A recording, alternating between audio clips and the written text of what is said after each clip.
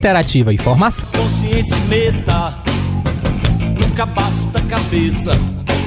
Propagando o saber, ensino, pesquisa e extensão, formando uma nova geração na ciência, na arte, educação, inclusão social.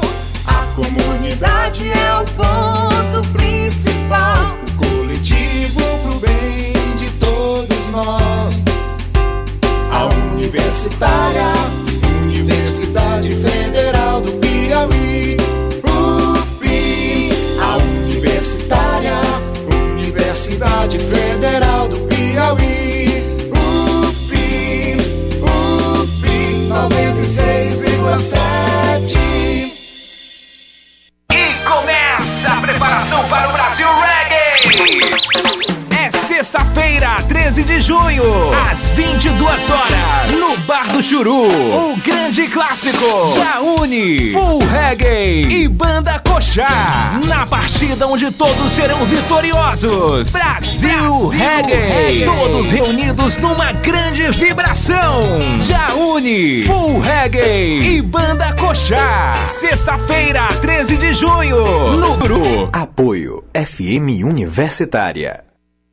Ministério da Cultura e Petrobras apresentam o premiado musical carioca para toda a família Era Uma Vez Green, de José Mauro Brant e Tim Rescala. Venha se divertir com o fantástico mundo dos contos de fada, dias 13, 14 e 15 de junho no Teatro 4 de Setembro. Sessões infanto-juvenil e adulto. Lei de Incentivo à Cultura. Apoio Teatro 4 de Setembro, 3222-7100. Patrocínio Petrobras. Realização Ministério da Cultura. Governo Federal. Brasil, país rico é país sem pobreza.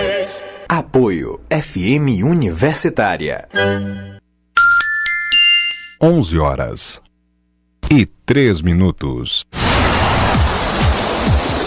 Começa agora, na sua 96,7, Universitária Esportiva. Tudo sobre o mundo dos esportes, com destaque para o esporte amador. No ar, Universitária Esportiva.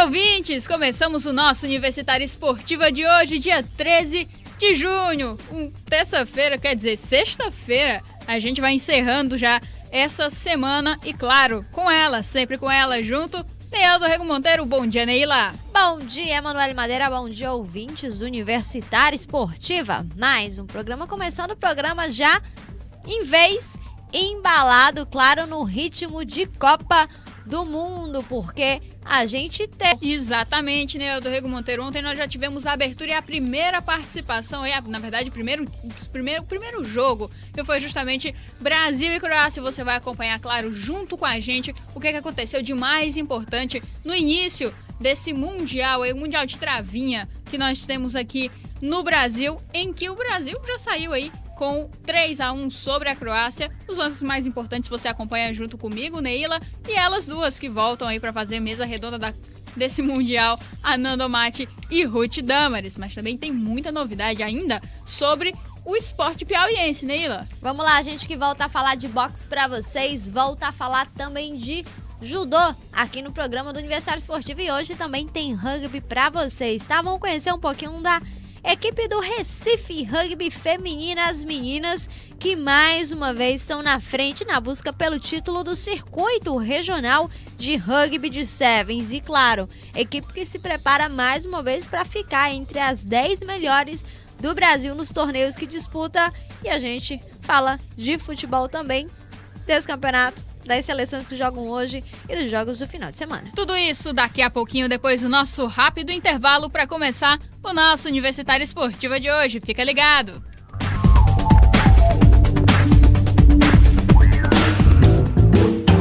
Todas as terças às 8 da noite você confere o programa M3. As jornalistas Clarissa Carvalho e Elisângela Carvalho trazem entrevistas, reportagens e muita polêmica ao vivo no seu rádio. Não perca! O M3 vai conquistar você. Programa M3, todas as terças às 8 da noite aqui, na sua FM Universitária, 96,7. Universitária Esportiva.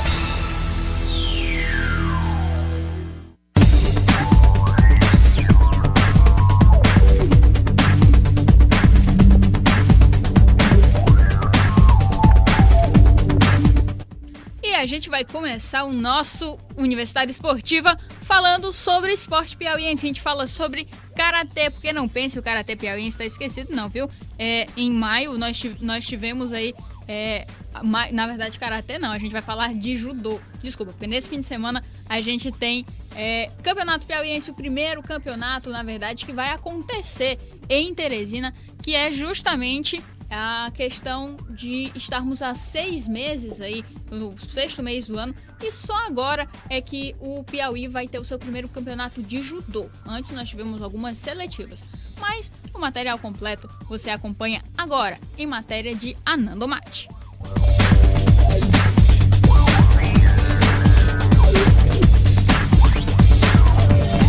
O Campeonato Piauiense, que acontece nesse final de semana no Yacht Club, é o primeiro evento local do ano. A competição vale vaga para o brasileiro Sub-13 e Sub-15. Apesar do ranqueamento dessas duas competições, o campeonato também serve como treino para o Sub-18, Sub-21 e Sênior. O professor e organizador do evento, Queiroz Filho, fala um pouco sobre essa demora da Federação Piauiense de Judô com relação à realização do evento. Apesar de não ter acontecido nenhuma competição nacional, ele cita alguns eventos da modalidade esportiva. É tradição nosso piauiense, como eu acompanhei o Campeonato Baiano, tem o Campeonato Maranhense que vai ser no segundo semestre, alguns estados, depende muito da realidade de cada estado. O Campeonato Paulista aconteceu no final de semana passado, o Sub-23, só que lá tem um número de atletas absurdo, que eles podem chegar hoje ao número de praticantes, que eles fazem só o evento Sub-21 em um final de semana. Sempre eles se colocam de acordo com o Campeonato Brasileiro. Isso a gente tende a um dia, se Deus quiser, a poder mudar. Exemplo, Sub-18 aconteceu em São Luís, o brasileiro foi determinado que seria em maio. A gente fazia em abril, mas é complicado, né? A gente conhece o campeão brasileiro de futebol em dezembro, pré-determinou que seria, mas houve seletivas desde março.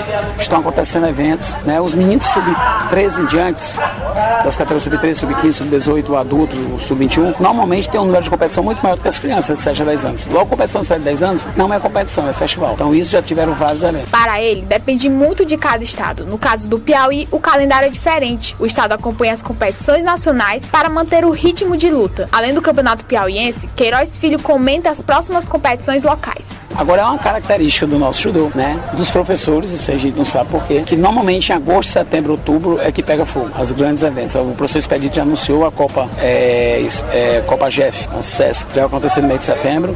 Eu devo fazer a Copa Denis Queiroz, em homenagem ao professor Denis Queiroz. Nós, da Associação Judô Queiroz, faremos provavelmente em outubro, está dependendo só de patrocínio, está meio difícil, mas vamos fazer, como fizemos no ano passado, e deu 849 atletas. É hoje o maior evento do estado, só que normalmente os eventos da federação são mais selecionais. A gente realmente seleciona os melhores atletas para colocar. Nessas Copas, há mais assim, aquela intenção de botar todos os praticantes. E quando é o Campeonato Piauiense, os Campeonatos da Federação, normalmente se coloca os melhores atletas, porque normalmente vale pontos, é onde realmente vão ver quem é o melhor e quem vai representar o Piauí nas competições, já que é a federação que é realmente a entidade que representa a confederação do estado. Em setembro acontece a seletiva para a categoria adulta, já que o brasileiro acontece em novembro. Anando Mate para o Universitário Esportiva.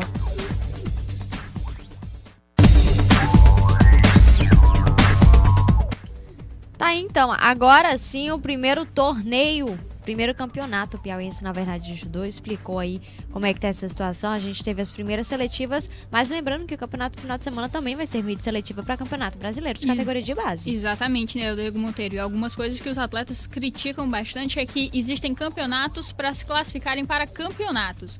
E a gente precisa participar de alguns campeonatos aqui dentro de Teresina para poder ganhar o direito de participar de um campeonato que aí sim vai ser seletiva para algum campeonato nacional. Por mais que isso sirva para fazer com que os atletas estejam no peso, estejam quase regulares com relação às suas obrigações, que é, de fato, de estar no peso.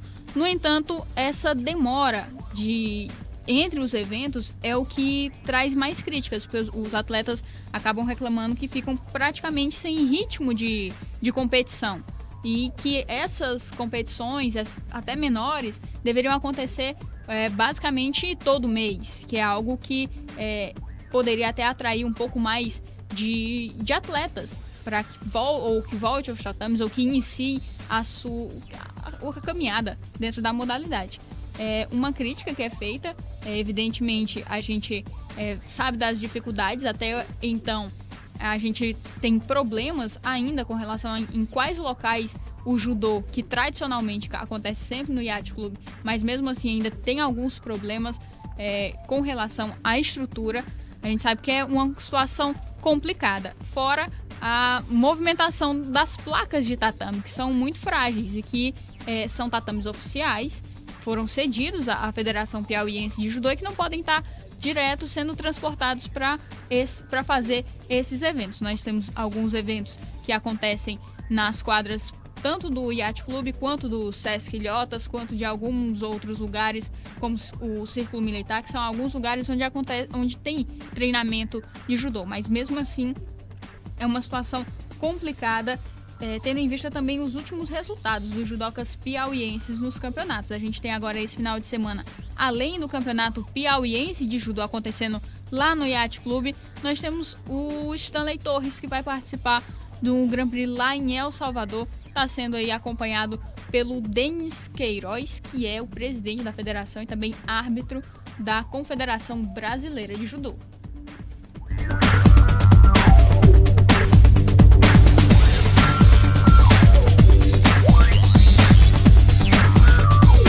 E agora a gente fala de boxe porque a Academia Mutante conseguiu vencer todas as lutas na terceira etapa do Campeonato Piauiense. O Jonas Menezes, na categoria peso leve, venceu o Marcos Pereira da Coliseu, o Ítalo Souza, o Cobra, venceu o Reinaldo Lima na categoria meio médio e o Luiz Felipe Buda venceu o Márcio Júnior, também da Coliseu, na categoria meio médio. Material completo agora com Anando Mate.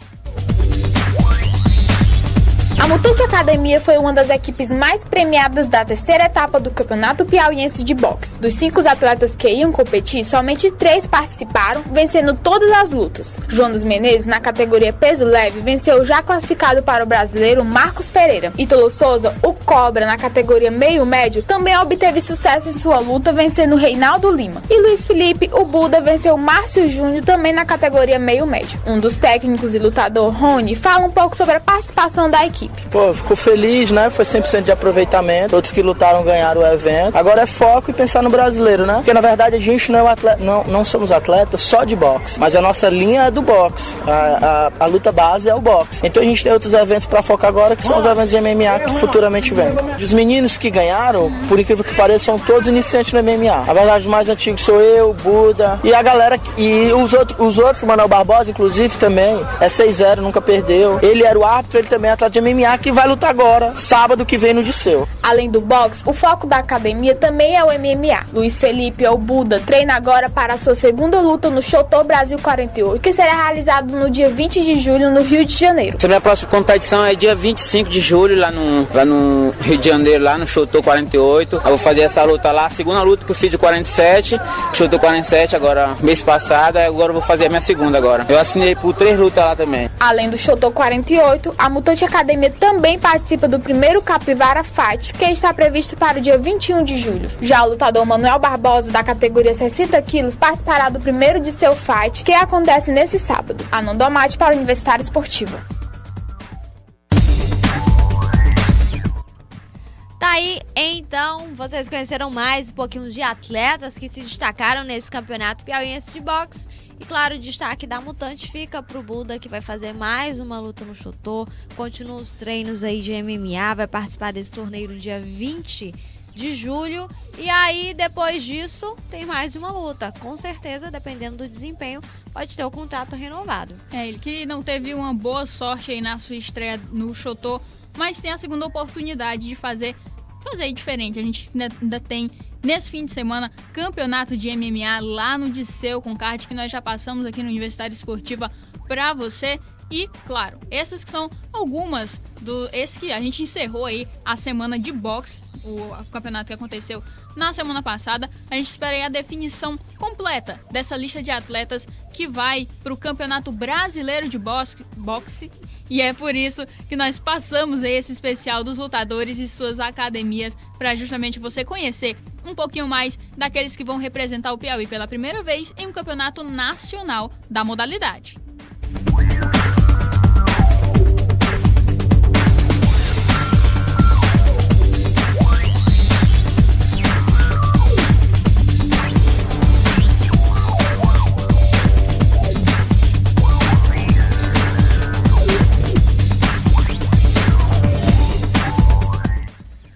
Horas 17 minutos, a gente vai para o nosso primeiro intervalo. Daqui a pouco a gente volta com mais notícias do esporte piauiense.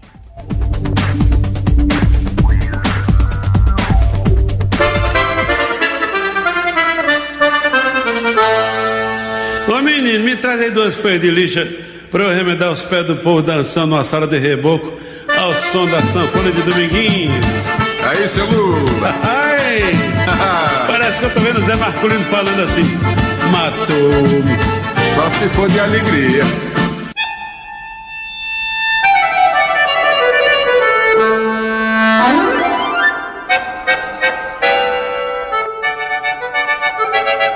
Programa Puro Nordeste.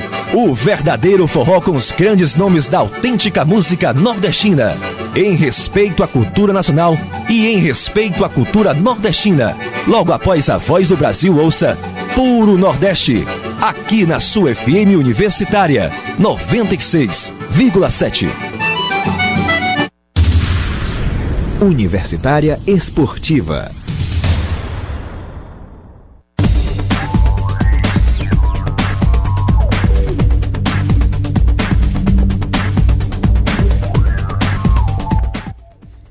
Horas 18 minutos, a gente volta para falar de rugby. Vamos apresentar para vocês então a equipe do Recife Rugby. A temporada de rugby que tá aí no meio, o time feminino do Recife tá em plena forma para manter os títulos do Nordeste Sevens e da Liga Universitária. Mais um forte concorrente vem se aproximando e é o Delta UFP Rugby, que foi o vice-campeão da etapa lá em Recife e quer agora o título. Mas essas aí estão sendo observadas de perto pelas adversárias lá de Pernambuco, que falam aí um pouquinho das suas impressões, que é o que você acompanha agora.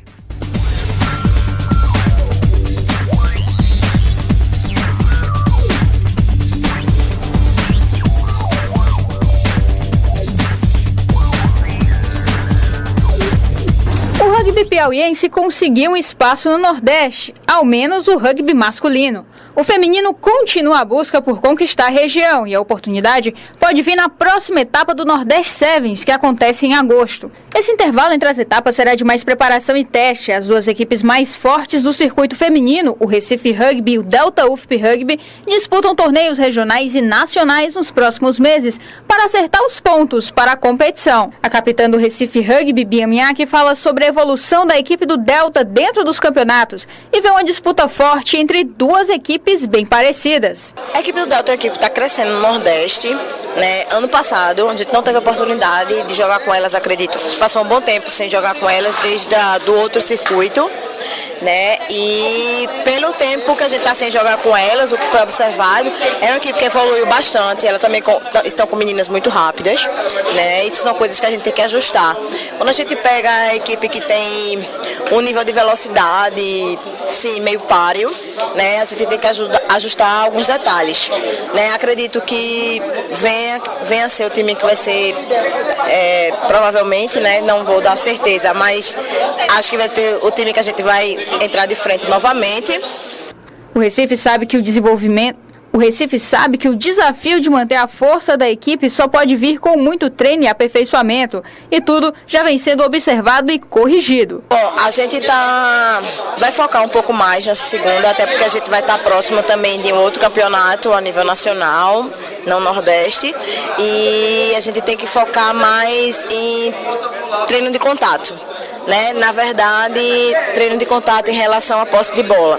A gente está com a linha que é muito rápida, então para poder a gente disponibilizar a bola para essa linha, o nosso contato também tem que ser bem rápido. Trabalhar um pouquinho para ajeitar isso, para assim manter o nosso nível da linha, que é a velocidade. O time é o atual campeão da Liga Universitária e venceu a primeira etapa do Nordeste Sevens de 2014, realizada lá em Recife. A próxima será em Fortaleza, no mês de agosto. Antes, os dois times participam da Liga Universitária em São José dos Campos.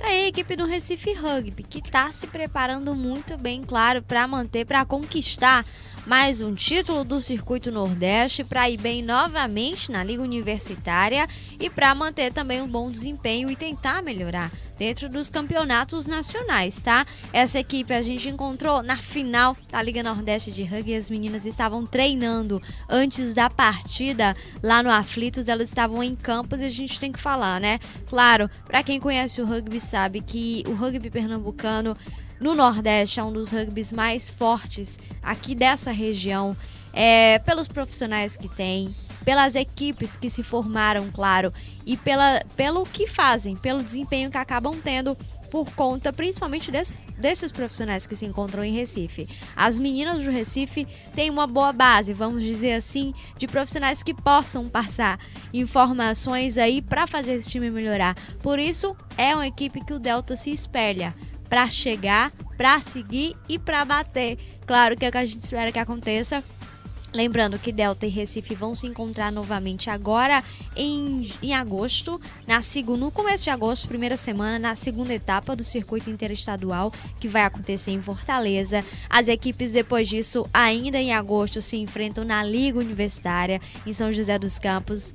O time do Delta vai participar pela primeira vez, vai enfrentar o Recife de novo e vai tentar bater essas meninas. Vai ser mais um desafio e depois disso elas fecham em novembro, pelo menos agora, esses embates na terceira e última etapa do Circuito Nordeste. O Delta, de qualquer jeito, já começou bem. Começou o Circuito Nordeste com um vice-campeonato. Então, para as meninas que enfrentaram uma equipe forte, com jogadoras de seleção brasileira, tiveram um bom nível. Ainda mais o Delta, que está vindo de um processo de renovação, com jogadoras que estão iniciando no rugby.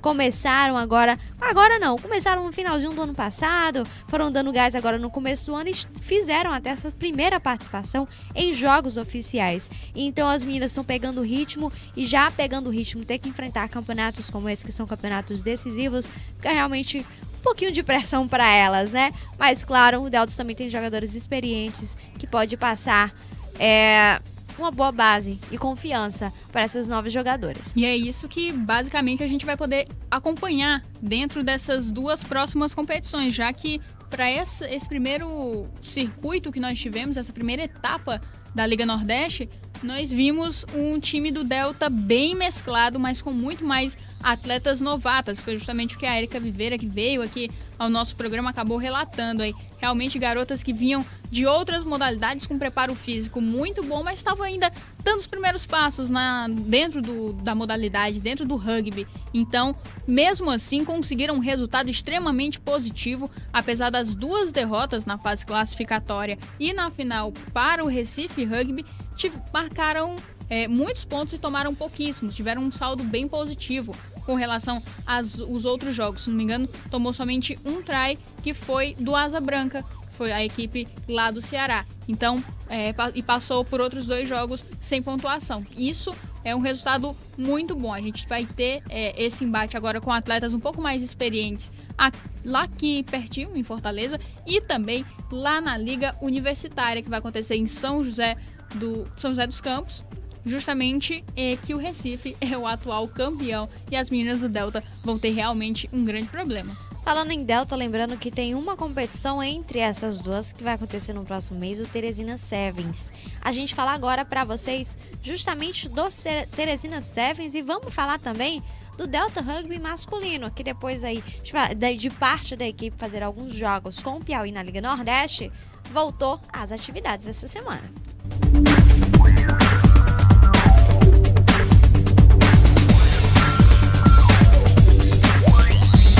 Foi em novembro do ano passado o último jogo do time do Delta Rugby masculino no circuito interestadual. A equipe ganhou as 3 etapas da competição e agora volta aos treinos com o objetivo no Teresina Sevens. Mas nada de ficar parado esse tempo todo. A maioria dos jogadores entrou em campo vestindo outra camisa, a do Piauí Rugby, os campeões da Liga Nordeste de Rugby de 15. Agora, depois da competição, a troca de camisa. mas os treinos continuam o mesmo, como conta Carlos Mável, técnico do time. Está sendo bem, a gente está com um elenco bom, a gente tem alguns jogadores que já estavam treinando, fora parte, quem está treinando com o Piauí, que estava treinando só com o Delta, porque o Delta nunca parou de treinar. Aqueles que não quiseram ir, alguns novatos, a gente vai treinar no período normal, que é de quarta, sábado e domingo, lá na BB e na Universidade Federal. A equipe treina também pensando no Nordeste Sevens e nas competições interestaduais. O Nordeste Sevens ele só em outubro, então a gente está se preparando já para as competições que vem, para a gente chegar mais afinado no Nordeste Sevens, né? Porque antes do Nordeste Sevens nós temos Teresina Sevens e São Luís Sevens. Em relação ao Teresina Sevens, as inscrições ainda não começaram, mas 6 equipes masculinas e 4 femininas já confirmaram presença. Eles estão esperando, né? Porque tem equipes que esperam chegar o começo do ano para participar dessas competições, né? Porque não tem competição, mas jogam 15 e querem ter o calendário cheio, né? As inscrições do Teresina Sevens começam dia 20 de junho e terminam dia 10 de julho. O torneio acontece dias 19 e 20 do próximo mês. Ruth Damares para a Universitária Esportiva.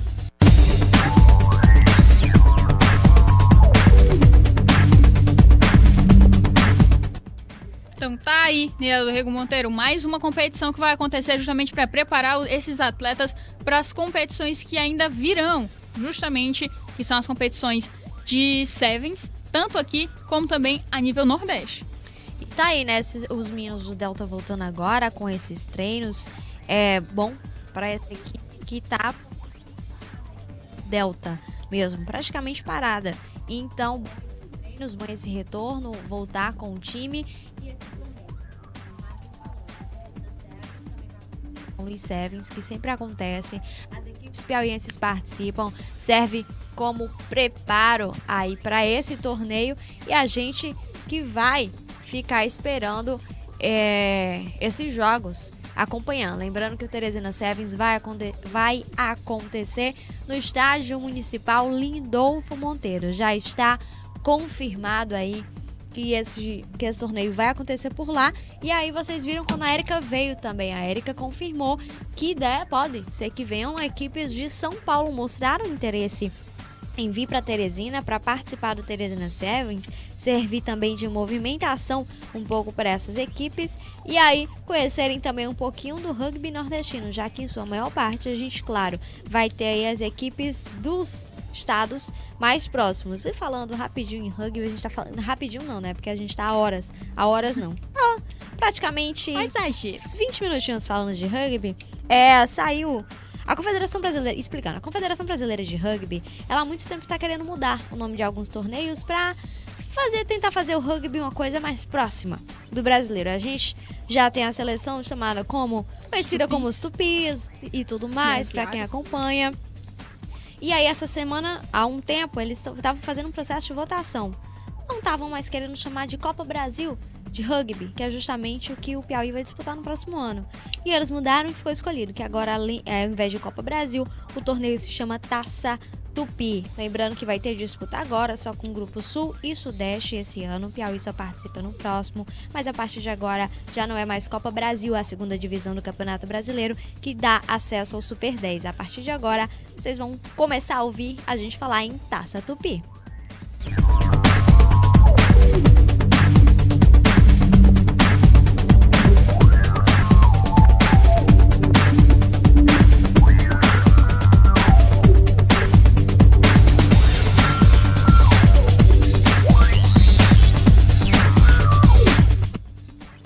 Vamos lá então, são 11 horas e 30 minutos, a Ruth Damares e a Ananda Mate estão no estúdio, mas elas não deram bom dia para vocês ainda, então vamos abrir para Ananda Mate e Ruth Damares falarem com os ouvintes. Bom dia, Ananda. Bom dia, Neila, bom dia, Manu, Ruth e a todos que estão ouvindo Universitária Esportiva. Bom dia, Ruth Damares. Bom dia, Neila. Bom dia, Manuele, bom dia, Ananda, bom dia a todos os ouvintes do Universitária Esportiva. A Ruth que tá feliz assim, é por causa do Jogo do Brasil, Ruth? Sua felicidade aumentou por isso? Não.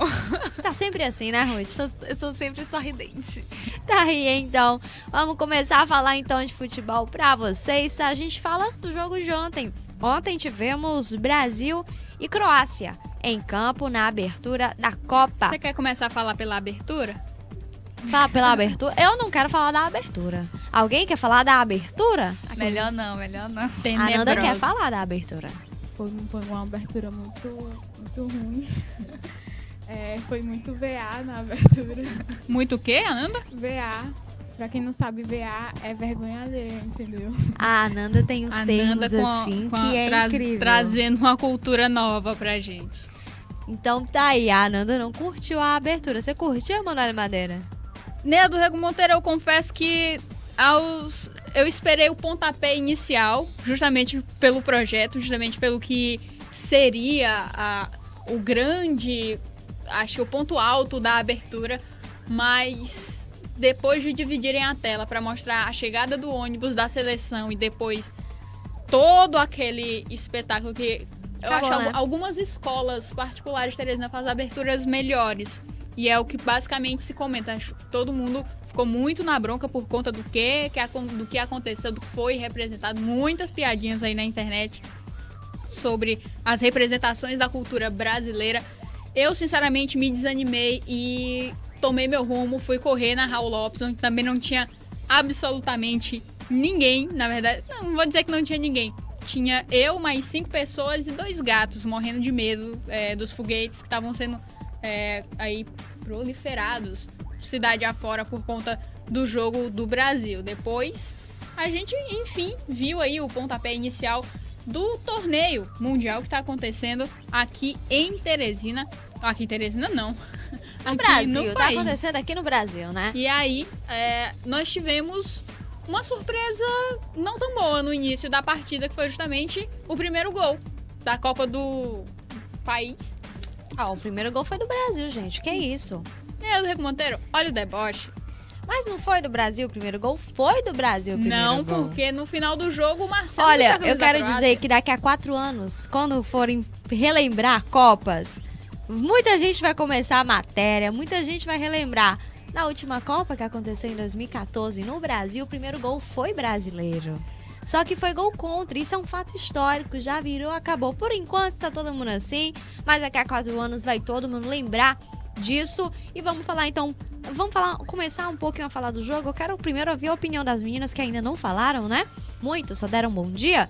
Ananda Mate, Ruth Dammers, comecem a falar dessa partida. Vocês gostaram do jogo ontem, do jogo de abertura da Copa?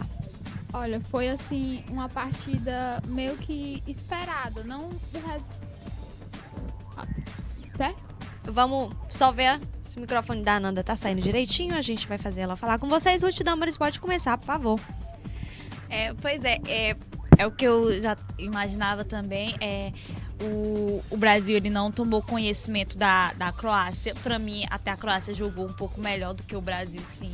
E como eu já havia imaginado, a Croácia, ela sabe explorar muito bem os contra-ataques. E não tem pra mim faltou assim o gol realmente da Croácia, atacante de efeito pra realmente virar, e o juiz, lógico que Você acha que a arbitragem não ajudou muito? Não, lógico que ajudou, né? Eu acho que realmente a Croácia tava melhor, o Brasil não soube. Foi um jogo assim muito parado, realmente um jogo muito. Eu não gostei muito. Os laterais brasileiros não estavam muito bem, o Marcelo. E eu acho que. Criaram uma avenida nova ontem, né? Lá em São Paulo. Na verdade, 2, né, Rego Monteiro? Porque uma de cada lado ali do campo do Itaquerão. A Avenida Daniel Alves estava mais movimentada. Acho algo que a gente já estava esperando. Quase que esperando. Os dois estavam subindo de forma irregular dentro da partida. A gente não sabe. A todo momento a gente esperava vir um lateral, o lateral já não estava mais lá. E foi assim que surgiu o primeiro gol. O lateral não estava no lugar que era para estar, o outro também não estava no lugar dele, acabou colocando a bola para dentro, mesmo sem culpa, mas marcou. Vou cortar rapidinho para vocês continuarem. É engraçado isso, porque ontem a gente comentou aqui no programa, um fator forte da seleção da Croácia nas laterais era ter laterais ofensivos. Apesar da gente ter uma lateral esquerda improvisada ontem na Croácia, mas tem laterais ofensivos, como é a postura toda da Croácia, ser um time ofensivo. ofensivo. E tinha laterais que não sabiam voltar para fazer a defesa. O que, no caso, o Brasil não teria que sofrer com isso. E acabou sofrendo. Assim como a Croácia sofreu nas laterais, mas era uma deficiência, dessa equipe, a gente viu o Brasil ter essa deficiência. Porque a gente sabe do potencial ofensivo do Daniel Alves e do Marcelo. Mas aí ficou faltando eles mostrarem também o potencial defensivo, que foi justamente por onde ontem a gente teve aí as jogadas. As da principais Croácia passando pelas laterais do Brasil, algumas, claro, a gente esperava uma movimentação no meio da Croácia, teve movimentação, algumas jogadas que passaram pelo meio, mas todas ligavam mais pelas laterais e realmente foi um problema ontem pro Brasil. Com certeza o Filipão deu muito puxão de orelha lá durante o intervalo e depois da partida. Não sei se vocês prestaram um pouco atenção, não sei como é que vocês viram essa análise do jogo. No entanto, pelo que eu pude ver, pelo que estava todo mundo esperando, a Croácia, defensivamente, que era algo que todo mundo colocava como ponto forte, foi fraca. E o Brasil, ofensivamente, que era para ser o ponto mais forte, foi mais fraco do que se esperava. Justamente porque alguns jogadores não conseguiam nem mesmo chegar. O Brasil chegou de uma certa forma pouco. Se a gente for puxar pelas estatísticas, nós tivemos 21 faltas da Croácia, 5 do Brasil dentro dessa partida e 6 defesas aí da Croácia. O Brasil chegou 6 vezes dentro dessas, marcando 3 gols, vamos lá, 50%, mas para uma partida em que a Croácia estava até um tanto aberta na defesa, foi pouco pro Brasil não ter chutado tanto. E o Júlio César teve poucos problemas aí, fora só o Marcelo. Teve o Marcelo com um problema, mas defendeu pouco, defendeu somente 4 vezes aí bolas de perigo. Bolas que foram realmente chutadas ao gol com perigo de gol. Então, acho que assim, faltou um pouco da profundidade que a gente estava esperando da seleção brasileira. O lance mesmo de ir até a linha de fundo, fazer o cruzamento, buscar a jogada no meio da área. Isso eu senti falta com relação à apresentação da seleção brasileira. E sem, lógico, destacar o Oscar, né? Que foi o cara da partida, na minha opinião. Tava até antes da partida, era dúvida, assim, no sentido de que muita gente tava tirando ele do seu time, colocando o William. E o Oscar, ele mostrou realmente, enquanto para mim os laterais e até o próprio Thiago Silva e os zagueiros pareciam um pouco nervosos, pareciam que não estavam sabendo o que estavam fazendo, o Oscar e o Neymar não, eles já estavam demonstraram mais segurança. Falando também um pouco sobre as defesas, né? O Pleitkoza que jogou bem mais que o Júlio César, apesar das poucas ofensividade no primeiro tempo do Brasil. O Pleitkoza defendeu muito, ao contrário do Júlio César, né? Porque justamente no segundo tempo a defesa do Brasil estava bem forte, tinha se preparado mais no segundo tempo, estava bem fechada e a gente só viu acho que 1 ou 2 defesas do Júlio César, né? Até o momento ele não tinha aparecido, porque também por conta tanto da defesa do Brasil como da Croácia, que no segundo tempo estava muito recuada. O Brasil estava apresentando bem a ofensividade que a gente esperava desde o primeiro tempo. No primeiro tempo eu jurava que o Júlio César tinha saído para tomar uma água com o Fred. Juro mesmo, porque o Fred ficou até o final. Mentira, ficou até o final não, porque ele, como disse Mauro César, vou pegar as palavras deles, dançou o lepo-lepo dentro de campo no segundo tempo. Então apareceu, pelo menos pro lepo-lepo, né? O Fred apareceu. Mas a Nanda puxou um pouquinho aí pro lado do Pleitkoza, mas vou tirar isso aí um pouquinho, porque eu acho que os brasileiros deixaram a desejar nos chutes. Sim, os chutes bastante que os brasileiros lançaram no primeiro tempo, gente, pelo amor de Deus, aquilo ali, jogador de sub-13, solta uns chutes daqueles.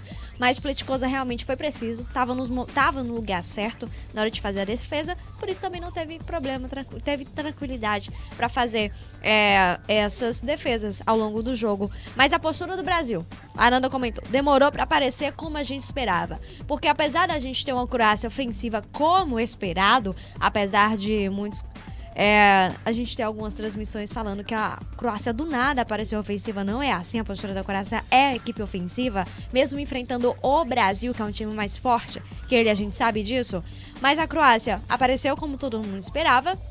O Brasil é que demorou para entrar em campo. A gente só viu o Brasil entrando em campo de verdade aos 15 minutos, 20 minutos, quando o Oscar começou a aparecer. Esperado. O desempenho do Neymar é esperado, porque o Neymar vem tendo essa postura dentro de campo desde que o Filipão retornou aí ao comando dessa equipe. Então o Neymar, como jogador de criação, movimentação, para levar essa bola para frente e, claro, para recebê-la também e fazer as finalizações, era esperado. O Oscar como criação e o Paulinho, que a gente estava esperando essa movimentação no meio, essa ligação. Paulinho jogou? Diz que fez uma participação. O Oscar demorou para aparecer, mas quando apareceu, foi dos 20 minutos até o fim do jogo. Ele foi preciso. Tanto que vocês, se forem pegar algum replay, algum lance da partida, no segundo tempo, a postura do Neymar foi somente uma. Ficar perto da área, mais à frente, esperando a bola. Porque no meio e atrás já estava o Oscar, auxiliando bem mais. Assim como o Hulk, que apareceu um pouquinho mais, ainda timidamente, foi um jogador que ficou apagado, mas apareceu um pouquinho mais no segundo tempo, ajudando o Oscar. O Oscar conseguiu se soltar bem, deixar o Neymar mais à frente, justamente para ter esse posicionamento e, claro, tentar uma finalização, que era o que o Fred não estava conseguindo fazer, porque não aparecia, reclamou muito, também parece que não estava recebendo a bola, mas meio complicado. Vamos dar um intervalo rápido aqui pra gente puxar pra vocês a matéria sobre esse jogo aí da Agência Rádio Web.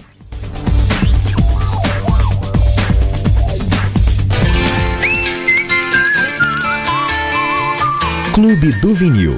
Um programa para se ouvir o repertório dos discos que a gente gosta, com todo o charme e sonoridade do vinil. Toda quinta, às 9 da noite, aqui na sua FM Universitária 96,7.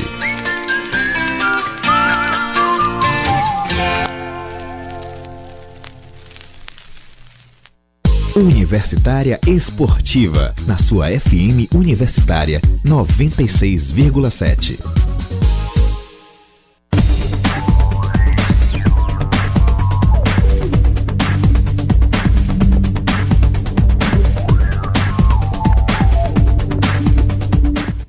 E a discussão continua, 11 horas 44 minutos. A gente que ainda fala um pouquinho sobre esse jogo, mas vocês vão antes acompanhar a matéria da Agência Rádio Web.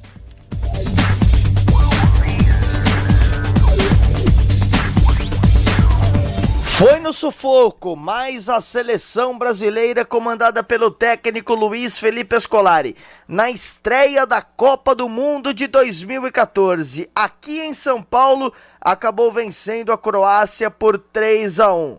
É verdade que o time de Felipão acabou saindo no placar em desvantagem.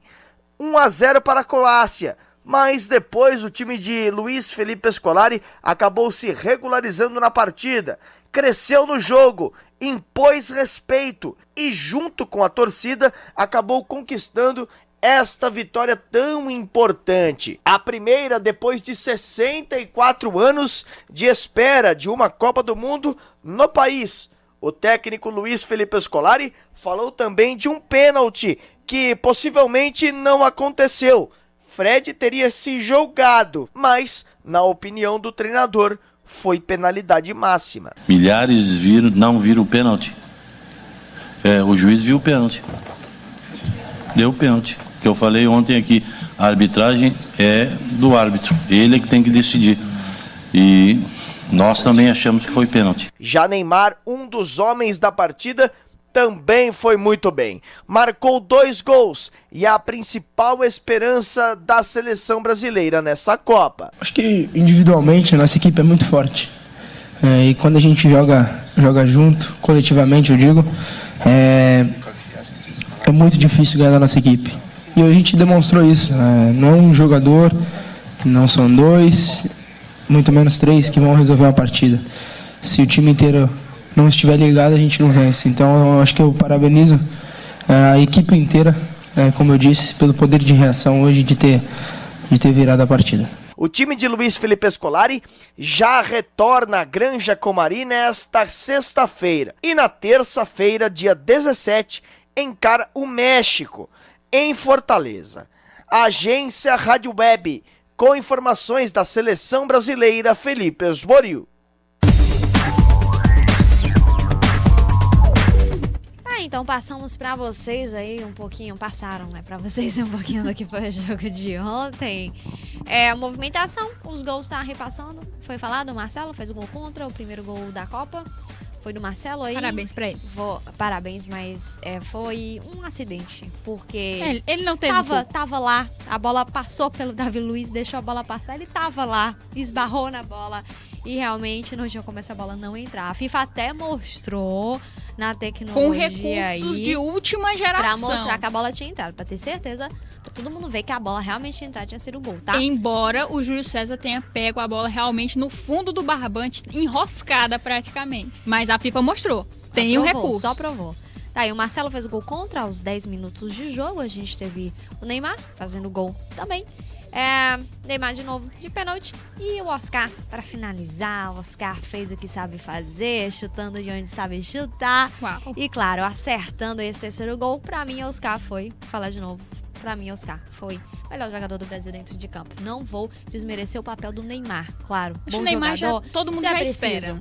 Então, acho que Oscar foi preciso, porque ele foi o responsável pela movimentação do Brasil no segundo tempo. Foi o Oscar. Aí se virou de todo jeito dentro de campo para fazer esse Brasil render. Vamos dizer, Mourinho o Brasil não curtiu seu comentário, né, do Rego Monteiro? Nem a atuação do Oscar, ele também não curtiu, não. Não curte muito o Oscar, né? Imagine a atuação boa dele.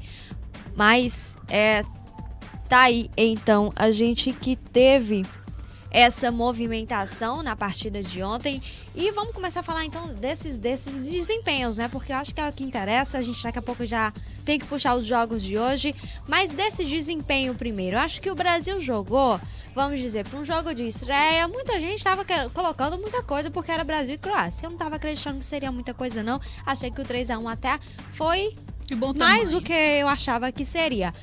Por ver os jogadores da Croácia, vou só ressaltar que o Kovac acabou entrando no lugar do Brozovic, que era o titular, o jogador mais experiente, o Kovac acabou sendo escalado pelo Niko Kovac aí para essa partida.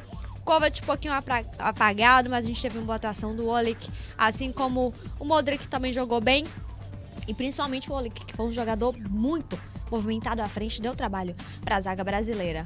Mas no Brasil, vamos dizer, para um primeiro jogo, por enfrentar a Croácia, eu só esperava um desempenho mais forte no início dessa partida. Jogou o que a gente estava esperando, vamos dizer assim, para esse jogo. Foi um desempenho regular. Para mim foi um desempenho bom. Claro, tirando os jogadores que deveriam aparecer, porque o Brasil não jogou como deve jogar. Mas para uma estreia, vamos dizer, deu pra ver, né? Deu pra assistir essa partida. A gente teve o desempenho de bons jogadores aí nesse jogo, mas daqui pra frente, Daniel Alves não pode mais errar, Marcelo não pode mais errar, a gente não pode ter o Paulinho apagado. Vou falar de um jogador que muita gente não vai nem lembrar, o Luiz Gustavo, estava em campo, fez o papel dele da maneira que tinha que fazer, de forma discreta, fechando aí um pouquinho o meio de campo para não deixar ninguém passar para a defesa. O Luiz Gustavo estava em campo, fez bem o papel dele. Além disso, o Hulk apareceu um pouquinho mais, porque assim a gente vê um Brasil que não depende tanto do Neymar, que foi o que aconteceu no primeiro tempo. O Neymar estava muito bem marcado, e um Brasil que vai conseguir sair da marcação das outras seleções. Por enquanto, enfrentou uma seleção que é ofensiva, que é, vamos dizer, forte no ataque, mas uma seleção que poderia complicar tanto para o Brasil comparada às outras seleções que estão por vir, tá? Exatamente, é o que todo mundo tá falando, tá comentando justamente por conta disso. Nós temos a equipe do México e a equipe, só pegando aqui, que acontece inclusive hoje, a equipe do México e a equipe do Camarões ainda dentro desse grupo do Brasil. Então, o Brasil já não pode mais errar, porque ficaria numa situação delicada frente à torcida, que já desconfiava um pouco da seleção brasileira desde a sua convocação, por conta de alguns nomes e por conta também dos adversários serem um pouco menos de destaque. Vamos colocar, o México realmente tem uma seleção que pode surpreender bastante a seleção brasileira, pode dar trabalho de uma forma que o Brasil talvez não espere. E Camarões também. Camarões foi uma das seleções também bem fortes dentro das eliminatórias da Copa, também dentro do torneio africano de nações. Então a gente tem uma situação em que alguns desses jogadores também atuam na Europa e são velhos conhecidos dos jogadores que são da seleção brasileira, e eles sabem o que pode acontecer se deixarem esses jogadores soltos. Nós já tivemos provas de que o México foi essa mesma seleção do México foi alguns dos jogadores que enfrentaram a seleção do Brasil, que tinha Neymar, que tinha uma geração inteira de, vamos dizer, de jogadores estrelados nas Olimpíadas e que foi surpreendida. Então, a história pode mudar, deve mudar, todo mundo espera que mude. Mas o Brasil pode pegar muito sufoco por conta aí dessas outras duas seleções. Eu queria só comentar ainda sobre o jogo do Brasil, né? Que é uma coisa que a gente tinha comentado ontem, que era a respeito da arbitragem. Porque a gente falou que o árbitro, ele deixava o jogo correr. E o que a gente viu foi o seguinte, ele realmente deixou o jogo correr, tinha falta que ele não aplicava, mas só não deixou o Fred. Exatamente. Quando ele aplicava as faltas, era falta para cartão e o polêmico pênalti, né? Que não foi pênalti. Então, não é que a arbitragem estava favorecendo o Brasil, não é isso. É uma coisa de jogo que sempre acontece. Árbitro errar a partida e foi o que aconteceu, que acabou favorecendo o Brasil, né?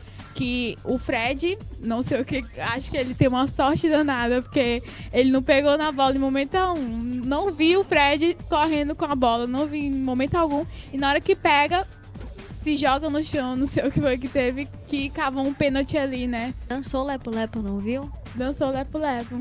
A gente já tá ficando quase sem tempo no Universitário Esportiva de hoje. A gente que tá com um pouco mais de 7 minutinhos e temos ainda três jogos hoje. Bora lá falar desses 3 jogos, tá? Começa daqui a pouquinho aí, 1h da tarde. A gente tem, pelo menos até agora, a gente ainda tem, tá? México e Camarões, porque ainda tem. Tivemos um pequeno probleminha lá na Arena Dunas, tá? O Albertão. A gente teve a arena que não foi liberada pelo Corpo de Bombeiros. Isso tudo porque o Corpo de Bombeiros foi hoje pela manhã para fazer uma vistoria, foram impedidos de entrar pela Força Nacional, que estava fazendo aí uma varredura antibombas. O Corpo de Bombeiros não foi liberado para entrar, não conseguiu fazer essa vistoria e não deu o aval de liberação para a Arena Dunas, para essa partida entre México e Camarões, e aí deixou a responsabilidade sob a FIFA, né? Que é quem tá mandando no Brasil, porque aqui é tudo território da FIFA.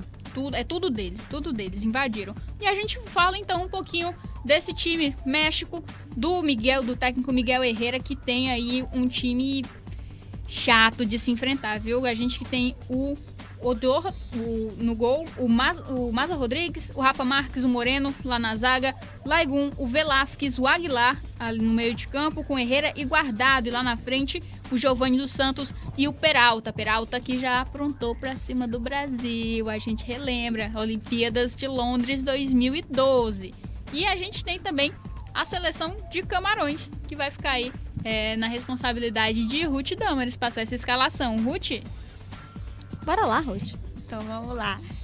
No gol Itanade, na zaga Nion, Nick Colo, Tedjo e Bedmo. No meio de campo, Song, o Mídia ou o Ningemo e o Enon. E no ataque, Moucadjo, Samuel Eto'o e o Chopomonte. Então tá aí, essa que é a seleção de Camarões do Volker Fingel. Então a gente tem realmente essa partida 1h da tarde aqui no Nordeste. Tá aí, partida que deve animar também as seleções aí que chegam para tentar melhorar o desempenho das últimas Copas e depois da campanha que fizeram aí nas eliminatórias, principalmente o México, né, que quase não se classifica para esse torneio. A arbitragem aí do Wilman Rockland da Colômbia, auxiliares Humberto Clavijo e o Eduardo Dias. Vamos passar pro jogo que vai interessar para muita gente, é o jogo das 16 horas da tarde. Nando Mate, por favor. Eu queria dar só destaque pro Peralta, né, o entrosamento do Peralta e do Giovanni dos Santos, que conseguiram desbancar a titularidade do Chicharito, né, que era um grande nome na Copa passada. Era o nome, né? E Copa, agora, Olimpíadas. Exatamente, agora ficou reserva na seleção do México. O Chicharito, que era um nome assim que os mexicanos amavam quando entrava em campo, era o nome preferido dos mexicanos, e agora passa esse título pro Peralta, né? Não adianta garoto que, amar, né? que era realmente garoto da base aí do Sub-23, subiu muito bem, conseguiu realmente fazer o seu nome dentro da seleção mexicana. Mas vamos então passar para o jogo das 16 horas, que é uma reedição importante de final de Copa do Mundo. Vamos falar então desse jogo que está sendo esperado. Claro, a Espanha que veio praticamente com o mesmo time da última Copa, enquanto a Holanda renovou quase que geral, tá? Para essa edição a gente tem então no time da Espanha, Casillas, teremos Sérgio Ramos, Piqué, Jordi Alba, Azpilicueta joga também muito bem, tá na lateral. Busquets, Xabi Alonso, Xavi, Iniesta, Davi Silva. Emanuel Madeira, acredita no Diego Costa nessa equipe de hoje? Do Rego Monteiro, eu não acreditava não acreditava nem na escalação dele para essa seleção da Espanha, mas é um nome forte para Thail Del Bosque, que realmente apostou alto no Diego Costa. Vamos ver se realmente ele pode entrar para fazer a diferença. Ele que vinha aí com uma série de problemas nessa reta final de convocação para a Copa do Mundo. A situação é que a Espanha, que a gente viu, não teve uma grande renovação. Então vai ser basicamente, ou pelo menos espera-se que a gente veja em campo basicamente aquilo que a gente já vê no próprio campeonato espanhol, já que é onde a maioria desses jogadores atuam, que tem base de Barcelona e Real Madrid. E, claro, ver se o Vicente Del Bosque pode mudar, mesmo com esses jogadores, a forma de jogar da Espanha para enfrentar a Holanda, que vem muito forte e bem fechada taticamente. O que vai ser realmente interessante esse duelo de hoje, que é o duelo da Espanha justamente com a Holanda. Eu queria também dar só um destaque aqui na seleção da Espanha, né? Lembrar um pouco da Copa passada, porque o nome do ataque assim, que a gente tinha era o Davi Villa. Ele ficava isolado lá na frente e recebendo os passes do Xavi e também do Iniesta. E agora a gente tem outras pessoas de destaque, que é o Davi Silva e o Diego Costa. Que, assim, eu não acredito muito nesse ataque, pelo menos na parte do Diego Costa, porque ele não tem esse certo entrosamento com os outros. Então, eu acredito que a Espanha vai deixar um pouquinho a desejar, porque anteriormente tinha o Davi Villa, que era mais entrosado com os outros, né? Tava perto de ir pro Barcelona, então já tinha um entrosamento com os jogadores e funcionava, tanto que foram campeões do mundo. Não era uma sintonia, era quase uma orquestra. Vamos lá, né? Bora passar rapidinho. Holanda, ainda tem mais um jogo, né? Teremos o Silicen, Vlaar, Jean-Mat de Vril, Windy, Blink de Jong, quem sabe Clazier, o Sneijder, Robin van Persie, ataque mais do que conhecido aí pra quem acompanha a seleção da Holanda. Também essa camisa azulzinha bonitinha, viu? Vamos passar então Chile e Austrália pra vocês agora. Tem jogo às 18 horas. Vai ser na Arena Pantanal, lá em Cuiabá, tá? Bom, vamos lá.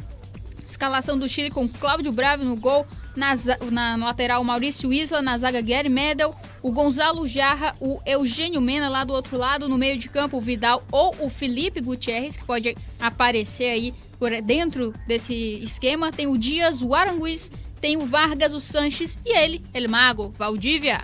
Tá aí, vamos passar então seleção da Austrália. Alguma das meninas quer passar? Não, né? Ninguém quer passar, a gente não tem tempo pra isso. Vamos lá passar então. Matt Ryan vai entrar nesse jogo. Spiranovic, Wilson, Davidson, Frandic, Jedinak, Milligan, Brestiano, Cahill, Howard e Troise. E é isso. Então. É isso, os jogos de hoje. A gente volta amanhã às 11 horas aqui na 96,7. Da Croácia na abertura da Copa do Mundo. Natal, Salvador e Cuiabá têm hoje partidas pelo Mundial. Colômbia vive a expectativa de estreia nos jogos e eleições no domingo. Hoje é o último dia de fazer matrícula no SISU. A atividade econômica do Brasil aumenta 0,12% em abril. Líder pede para iraquianos se armarem para defender país de jihadistas. É agora, nos outros caras, soltou pro Neymar, agora bateu! Momento da Copa. Depois da vitória de 3-1 sobre a Croácia, a seleção brasileira voltou para a Granja Comari. Rafael Monteiro tem os detalhes. A seleção brasileira já está na Granja Comari após vitória por 3-1 contra a Croácia, com gols de Neymar marcando 2 vezes e Oscar fechando o placar. Descontando para os croatas, o lateral esquerdo Marcelo fez contra. Em falar do gol contra de Marcelo, o jogador afirmou que superou a fatalidade, principalmente com o apoio dos companheiros de grupo. Em relação ao público presente na abertura da Copa, mais de 62 mil torcedores estiveram presentes no estádio em São Paulo. E quem pensa que hoje é dia de folga para a seleção brasileira está enganado. O técnico Luiz Felipe Scolari está comandando neste momento um trabalho no campo com bola com os jogadores que não começaram a partida, enquanto os titulares seguem fazendo um trabalho regenerativo. Os jogadores estão liberados para acompanhar Camarões e México, adversários do Brasil no Grupo A, que estreiam na Copa do Mundo, 1h da tarde, na Arena Dunas, em Natal. Destacando que o México é o próximo adversário da seleção brasileira, jogo que vai ser realizado em Fortaleza. O Brasil